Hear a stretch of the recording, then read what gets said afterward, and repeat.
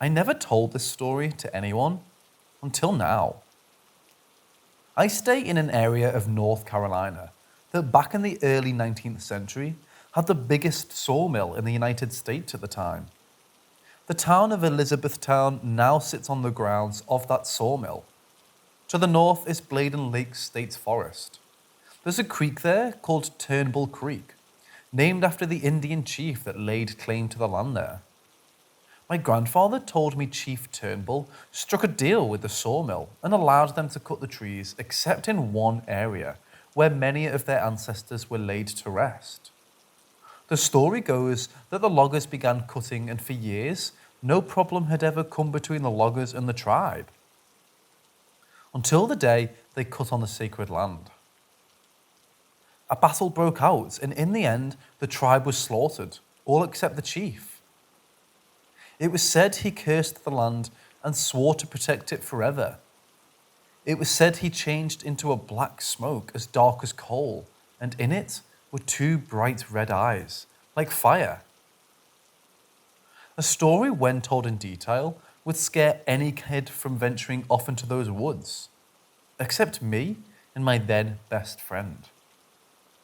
In my younger years, I loved to explore, so naturally, those woods made a great place to have adventures and discovery. The creek always gave relief from the hot summer days. The cool water fed by springs that were so cold that in the heat it would give you goosebumps. I used to think there was gold in that water for the glittery flakes you would find all over your skin after a dip in the tea-coloured waters. You always had to be careful of where you took a swim because cottonmouths, water moccasins, and rattlesnakes enjoyed its banks. The forest around it was loaded with wildlife. Deer, black bear, raccoons, and squirrels could be seen around on a daily basis. Sometimes, if you were lucky, you'd find an arrowhead or a railroad spike from the old logging rail that went down the side of the creek. The old dirt road to the creek was a good hour walk from the neighborhood. I remember one spot on that road was always cold, even in the summer. So cold, in fact, we would run as fast as we could to get through it. Sometimes it felt like the temperature would drop from 99 to 50 degrees right there. Eventually I got curious as to why. Maybe it was another creek that nobody knew about, or a pond filled with fish, or maybe something else. Whatever it was, I was going to find out. One day in June, me and my best friends set out to find out.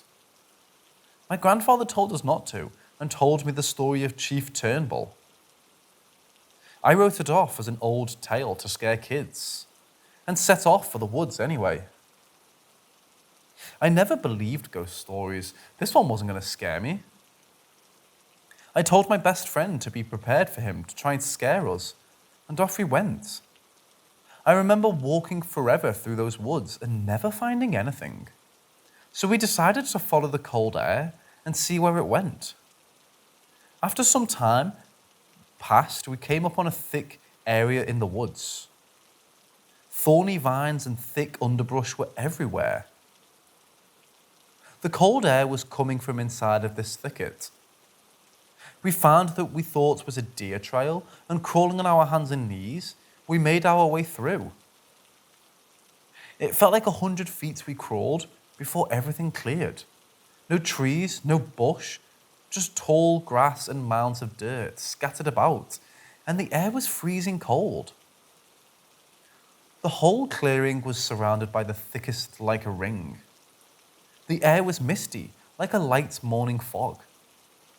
In the middle of the clearing was what looked like smoke from a campfire.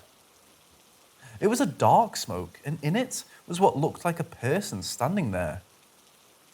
All I could see is the outline of a body.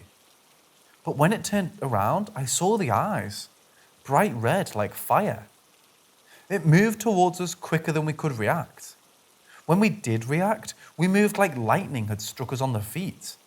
I never knew a person could run on all fours, but we did that day, right back through the thicket so fast it seemed like a flash. Behind us, we could hear something stomping through the woods like a charging bear, and people whispering in our ears. We made it out the thicket and never stopped running. We ran until the air warmed up and we couldn't breathe enough air in. I think it stopped chasing us long before we stopped because we didn't hear it anymore. But why not be a little safe and make sure?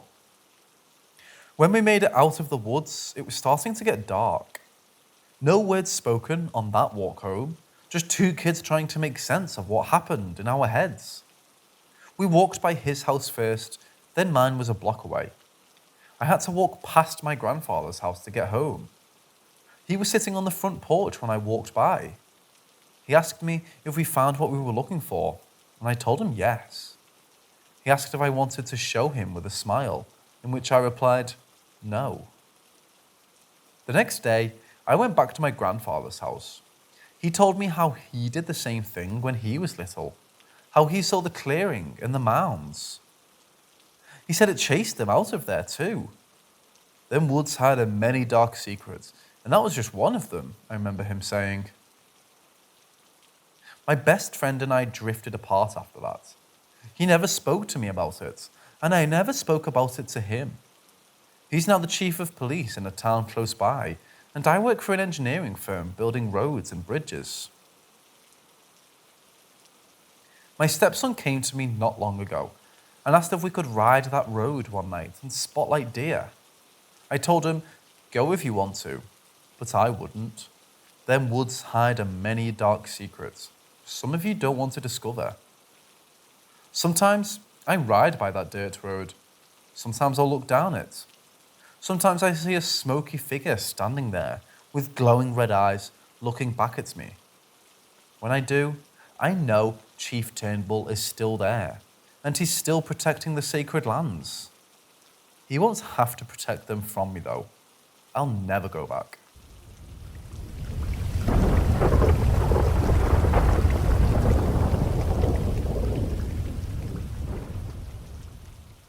In the town of Bladenborough, just 8 miles southwest of Elizabethtown, where I stay, it was said a demon cat from hell used to stalk the woods, killing livestock and making the locals scared. Then suddenly, it disappeared. That's what they say anyway. We know it didn't. To this day, there's been reports of something that looks like an abnormally large mountain lion, with blood-red eyes and fur as black as night. Its cries have been compared to that of a woman being torn apart and screaming for her life.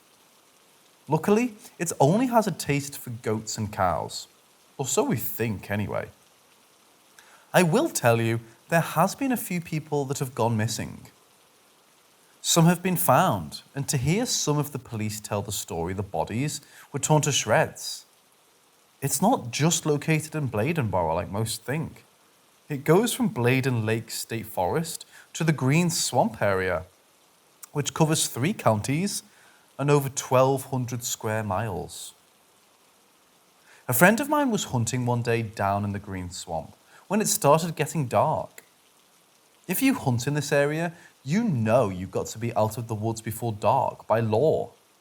So he climbed down from his tree stand and began the long walk through the swamp and underbrush to where he parked his truck. Now, my friend is a cornbread fed southern boy and has the size to prove it. Standing 6 feet 6 inches with a weight of 260 pounds of pure farm muscle, he isn't small by any standards. So he learned not to be scared of anything. He said what happened next made him never want to go in the swamp hunting again. Making his way through the brush, he said he began hearing something walking through the woods toward him. He stopped to listen for it and said it sounded like a large black bear, so he got his gun ready just in case. When he stopped, it stopped. When he walked, it walked. He said it made him nervous because whatever it was knew he was there and wasn't running off. He said he started making noise and even shot his gun into the air. It didn't leave. Instead, it let out a growl he said you could feel as much as hear. All the way through the woods, it stayed just behind him out of sight. When he came out of the woods onto the dirt road, he said his truck was about 50 yards down from him. He decided it was a pretty good chance that whatever it was following him was going to keep following or make a move on him. So he took off running. It took off running too.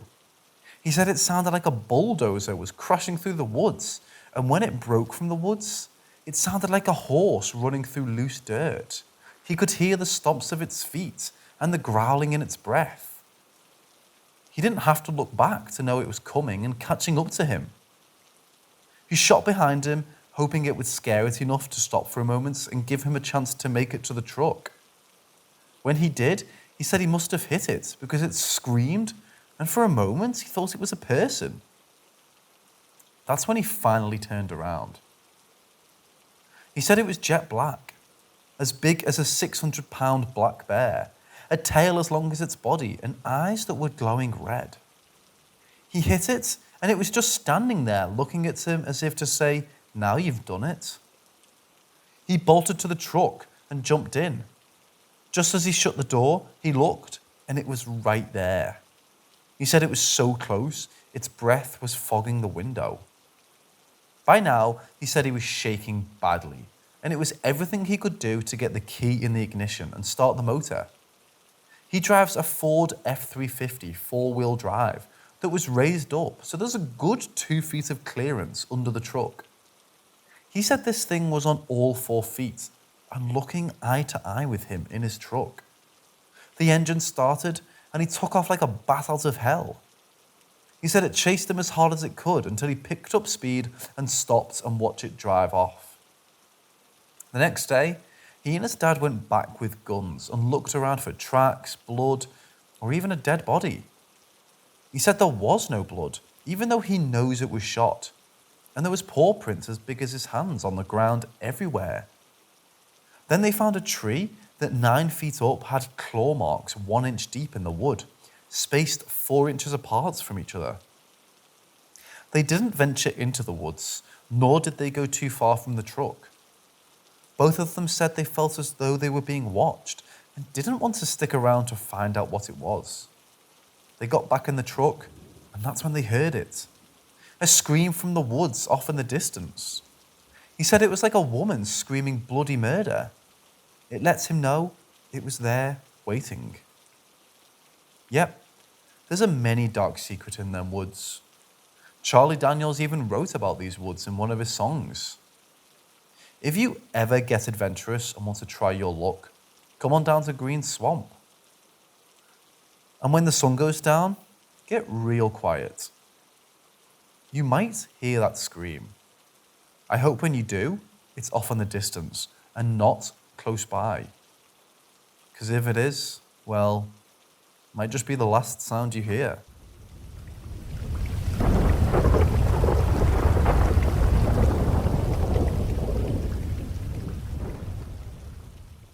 Have you ever woken up in the middle of the night and in the corner of your eye, you see someone standing there, only to find when you look that way, there's nothing there?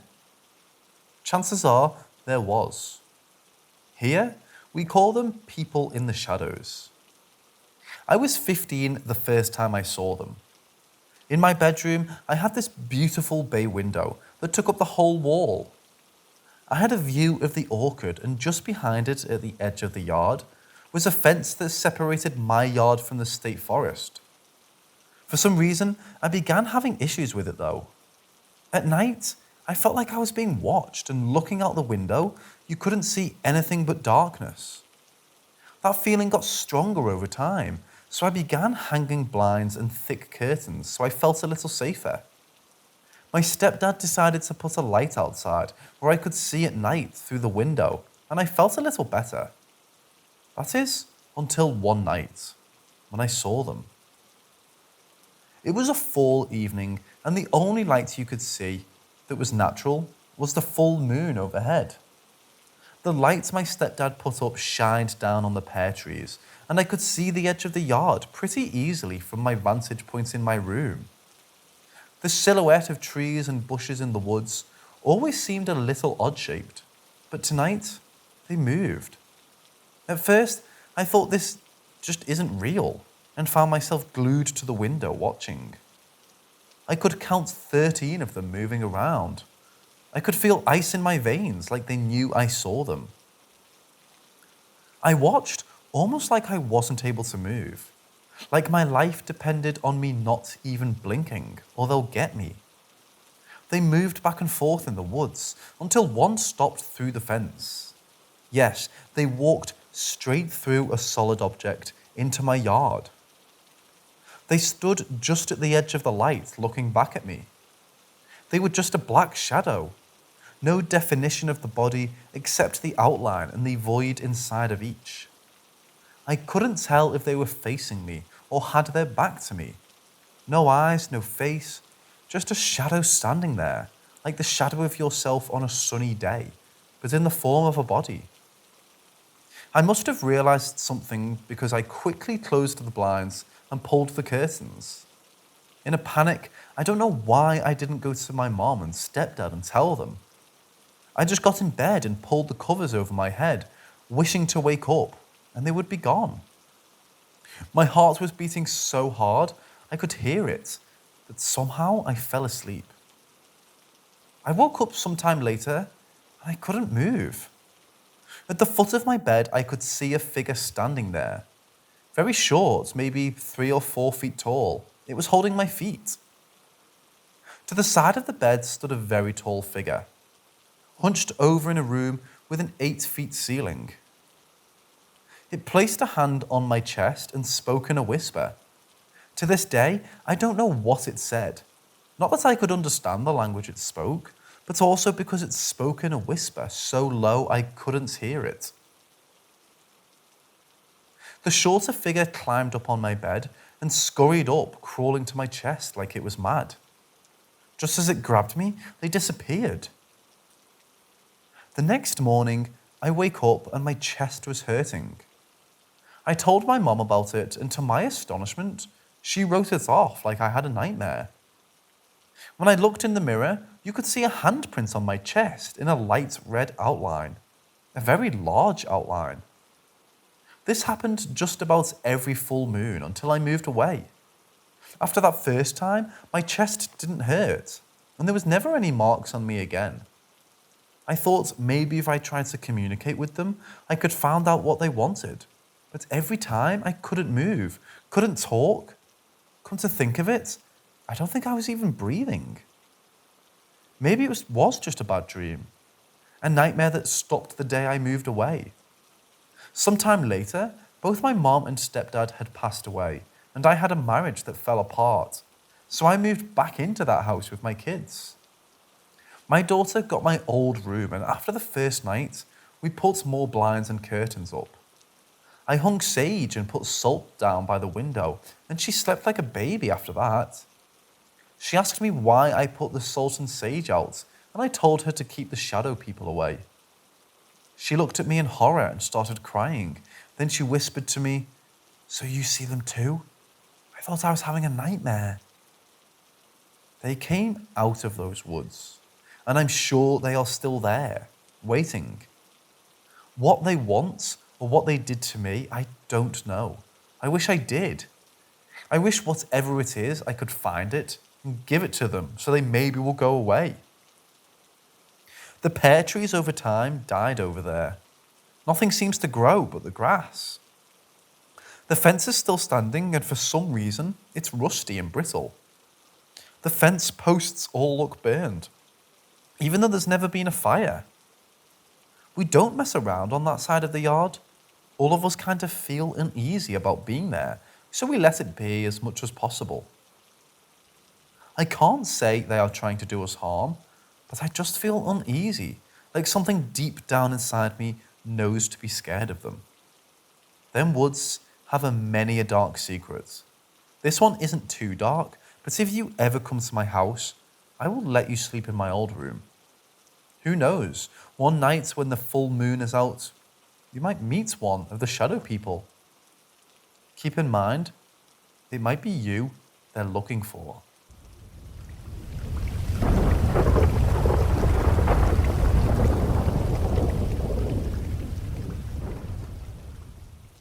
You may know the story told in the Charlie Daniels song, Legend of Woolly Swamp.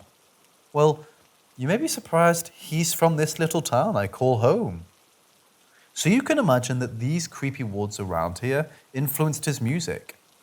One is the aforementioned song. He even mentions Carver's Creek in it if you listen. That's an old creek that used to be a popular fishing hole about 12 miles west of Elizabethtown. Woolly Swamp is where the creek feeds into. Now it's been said of many moonshiners called the old swamp home. That's where they made their spirits, and some, like Lucius Clay, were said to have left his spirits right there. Most of those old moonshiners liked to bury their money in mason jars, so the law wouldn't get their stash, and neither would some of the more desperate people looking to make a quick buck. If you listen to the song, it'll tell you the rest. Truth is, that old man still walks that swamp, protecting his still and his money. The old man himself sat down one evening after we had been out hunting and told me the story of where that song came from. Charlie very much loved to hunt, and he came down every year to bag him a buck or two. This is what he told me. The song came from a story he was told as a child.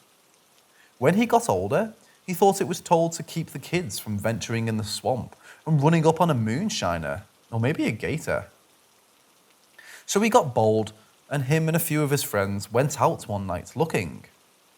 There was an old shack back up in the woods where Lucius lived, and they knew where it was.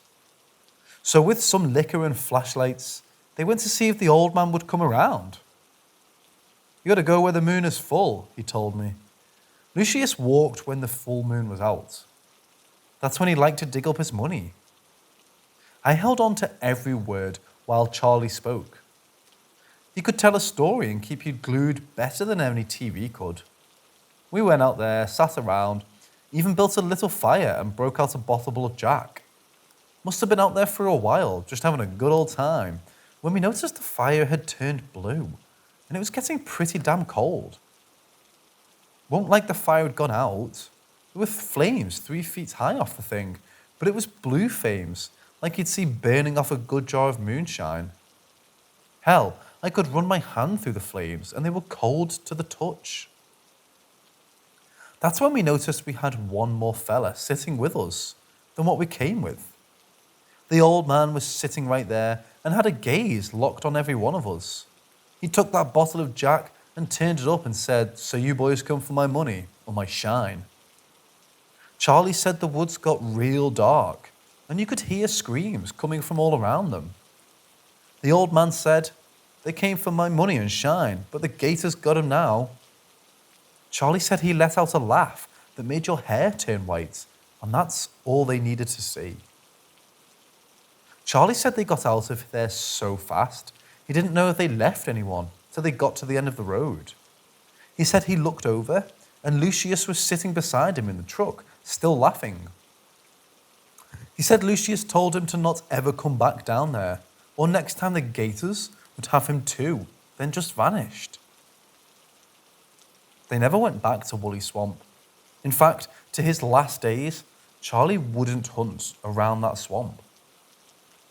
Charlie told me Lucius was the damn evil, and I best not go around there if I didn't want to meet him or those gators. I took his warning to heart and never went in there. I can't say Charlie telling me that story didn't make me curious. Oh, I ventured down that way a few times. On a full moon night, if you go down there and park your car in the right spot, you can hear Lucius in the woods laughing, and the screams off in the distance from those who never came back out. If you venture in there, you might run across an old shack and see where there was a campfire. When you do, I hope you go ahead and run out of there pretty quick. Lucius still has his money hidden out there, and he aims to keep it. Like I told you, them woods hide a many a dark secret. Charlie didn't believe it, and he had to see it for himself. He said it best. There's just some things in this world you just can't explain.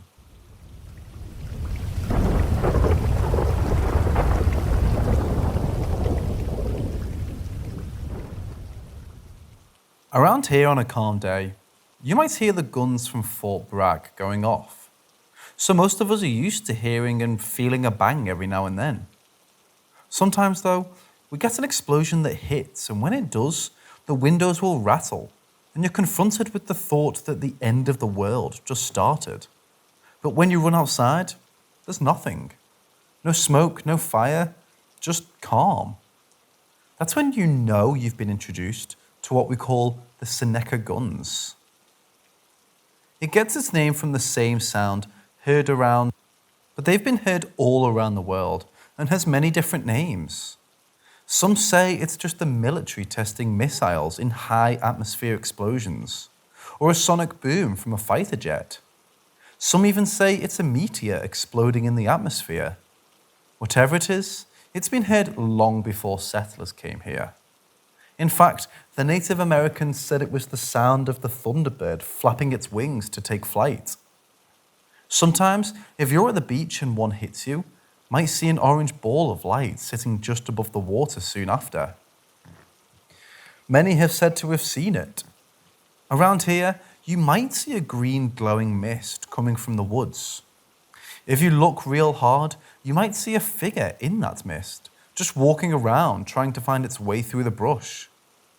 This story really isn't too scary. In fact, it's more of an offer of wonder, yet to be explained. But if you ever hear it, you might understand just how scary it is to live with it every day. There's no warning, no known trigger that causes it. It just happens. A boom so loud your very soul can feel it. A boom that some say comes from the depths of hell. Maybe it's just a weather anomaly. Maybe it's just an atmospheric disturbance. Maybe it's the devil slamming the door to hell after taking another soul. We may never know what it is. Them woods hide a many a dark secret. Some we may never understand.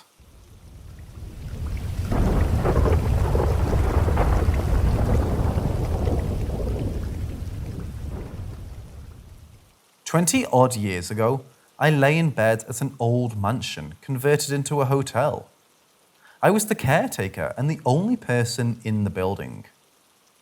I stayed in the old servants' annex, which was down a long, dimly lit corridor. As I lay half asleep, I heard deliberate, evenly paced footsteps walking towards my room at the bottom of the corridor. It was strange because instead of feeling frightened or alarmed, I just lay there and calmly listened to the footsteps grow louder with each step. My heart didn't skip a beat when I heard the handle turn on my door, even when it opened after I felt sure I had locked it. The door slowly creaked open and still I lay there, not feeling any sense of curiosity at who just entered my room. I just blankly stared at the ceiling as if in a lucid dream. The man made his way to my bedside with the same evenly paced, steady gait.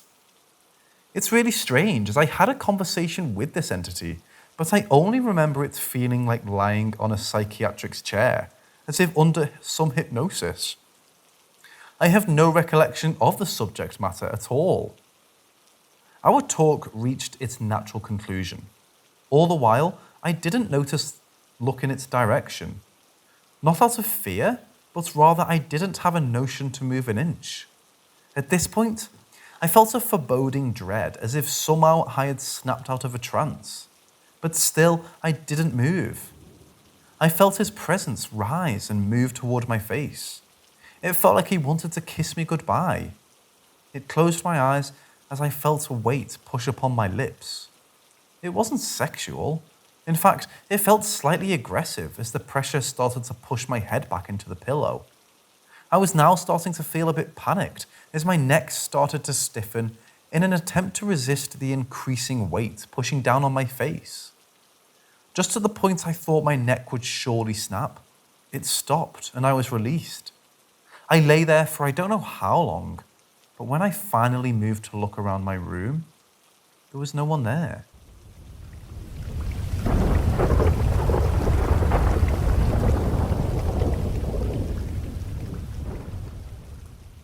I worked as a PSW on the night shift at a long-term care home. I had a resident bell ring at 2:59 a.m. I went in and asked her what she needed, and she proceeded to yell that there was a man in her bathroom and I needed to get him out. We had people who would wander into others' rooms, so I asked her what the man looked like, and she said he was a black figure and he had no face. I calmed her down and then told whoever was in the bathroom that they had to leave her alone. I then went back to my charting. Around 3:10, I had another call bell ring, but from the other side of the floor, from where the first bell went off. I went into this resident's room. This particular resident would ask for pain meds around this time, and I asked if he needed meds. He told me, and I quote, "There's a creepy man in my room with no face. You need to get him out." My blood ran cold, and I had a nurse stay with me on the floor for the rest of my shift.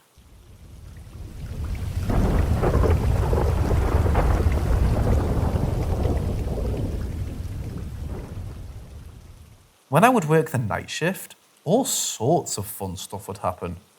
I'd bring wheelchairs out for cleaning after everyone was in bed, and I'd walk down the hall 20 minutes later when it was time to clean them, and they would be on the opposite side of the hall than when I pulled them out. Pens would disappear, lights would flicker, the usual creepy stuff.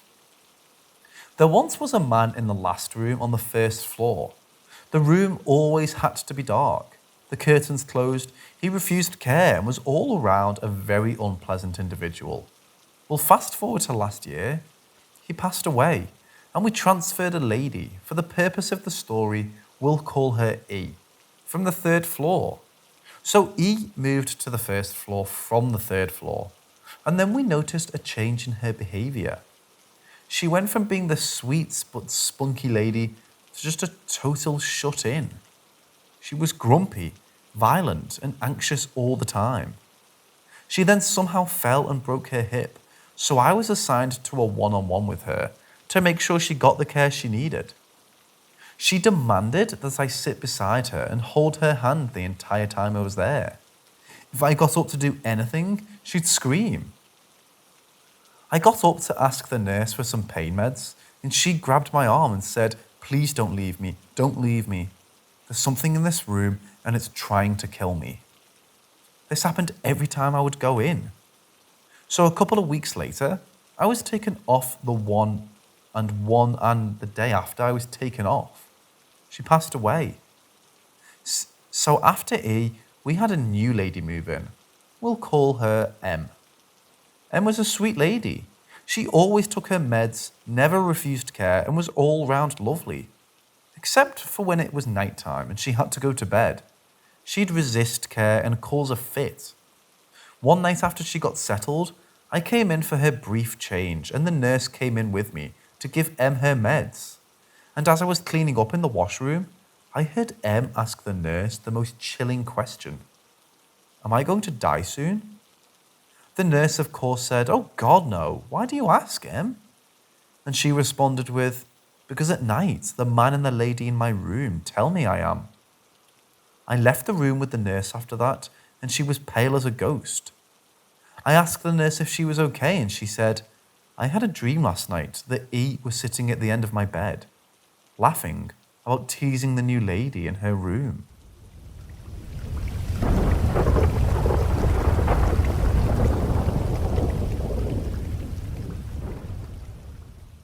So, I was a freshman in college, and I was going camping with some people I had just met. We were going to a mountain where I'd been camping many times before. We got there at 1 p.m. and set up camp. It slowly gets dark, and I get more and more drunk. Well, not too drunk. At this point, we're all gathered around the fire playing charades. It's around 10 p.m.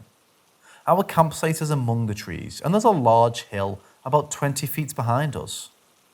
I have to pee, so I get up and start walking up the hill so that I can pee on the other side of it. The moon is nearly full, and I can see perfectly fine. I get to the top of the hill and begin to walk down the other side, which is a grassy clearing that meets up with the tree line again. The juice. Right as I'm pulling my pants down, I look at the tree line and freeze because there was a figure standing there about 20 feet away from me. At this point, I'm so drunk that things are spinning, but I realize that what I'm seeing is not normal and I get a grip. I try and look at it, and this is what I remember. It was standing on two legs, and its entire body was white. It was definitely facing me and looking at me, but I couldn't see its face exactly. It had a larger head. It was so white that it was almost glowing in the moonlight. I honestly don't know how long I stood there and stared at it, but it was a while because I was so in shock. Then it turned around and returned into the forest, still walking on two legs. I ran back to the fire and told everyone what had happened, but I didn't want to sound crazy, so I tried to be calm and nonchalant. Everyone was so drunk that we all brushed it off and forgot about it 10 minutes later. I even forgot about it until a month later when those memories hit me. And it's been on my mind ever since. It's really made me question my beliefs about the unexplained. What could it have been? Has anyone had similar experiences? This happened in southern Arizona.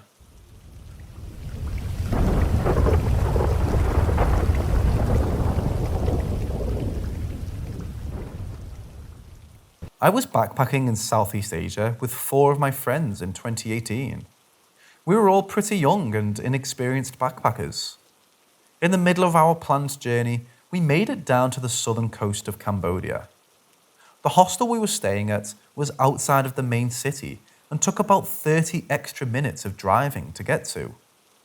We finally arrived late at night, and all we could see were dilapidated houses and the still standing hostel. The next day, we wake up and adventure to the beach. We're in a smaller offshoot of the city, with not much around except the beach and a local restaurant. The main city is about a 20-minute taxi ride. We make our way to the city, have food, and spend most of the afternoon there. When we arrive back at the hostel, we see another group of travelers had checked in and will be sharing our room. From what I could tell, they were German and didn't speak much English. We briefly said hello, but they were older than us and seemed to want to stick to themselves. There were 5 or 6 of them, both men and women, probably mid to late 20s. At this point, it's getting late, it's dark out, and the wind is picking up.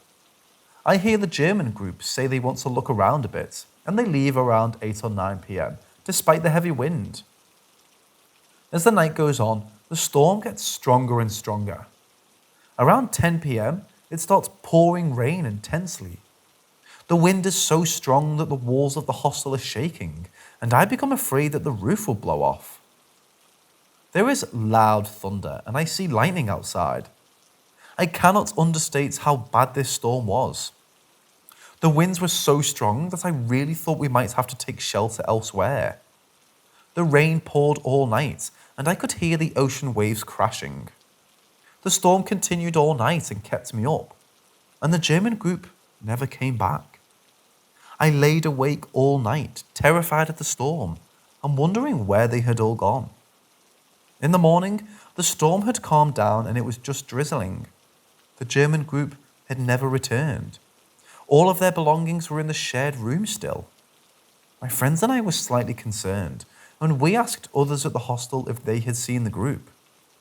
No one had seen them since they had left last night. We hung out at the hostel all day until around 2 p.m, when it was time for us to continue on our journey. We checked out with still no sign of the German group. I really hope they ended up staying at a bar or restaurant that night, but there weren't any other places to go nearby. I have no idea what happened to them, and it haunts me to this day. I always get a bad feeling when thinking about it.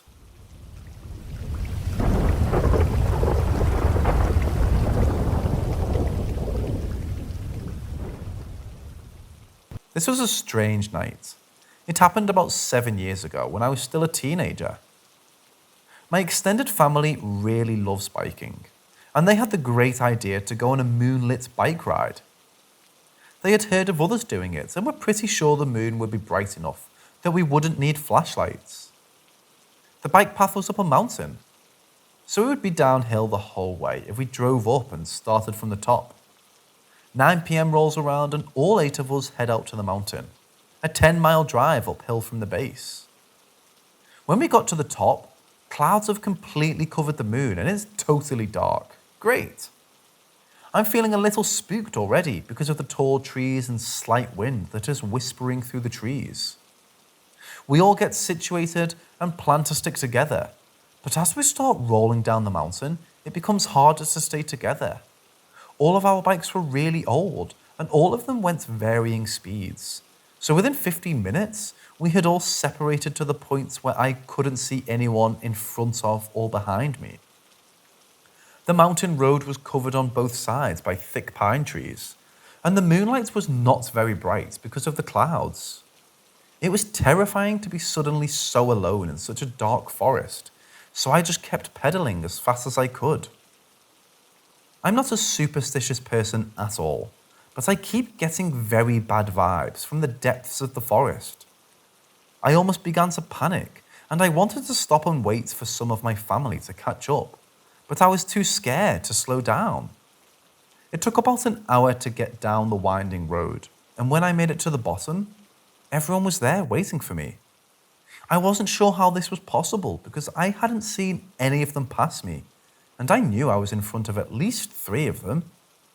They had all just arrived too, and I asked them how they were in front of me. They shrugged and didn't really care because of the story my father had just told all of them. This is the story. About 10 minutes into the bike ride, his tyre had gone flat. He decided to give up on the ride and walk back up to the mountain to the car. The path was downhill the entire way, or uphill if you were walking up. There were no changes in that. He recounted that he left his bike to the side of the road and began to walk up the mountain, back to the car. But after about 10 minutes of walking, he came across his bike again.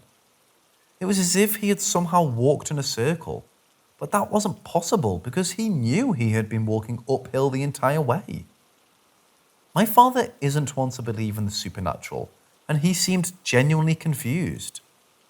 We were all horrified by this story because what the hell? How did that happen? And how did all of my family arrive before me, even though none of them had passed me? The rest of my family also shared that they had gotten a very bad feeling during the long bike ride. To this day, my father claims his story is true and there's no explanation. My personal paranormal theories are skinwalkers. The mountain is on a Native American reservation, the Navajo reservation, or aliens.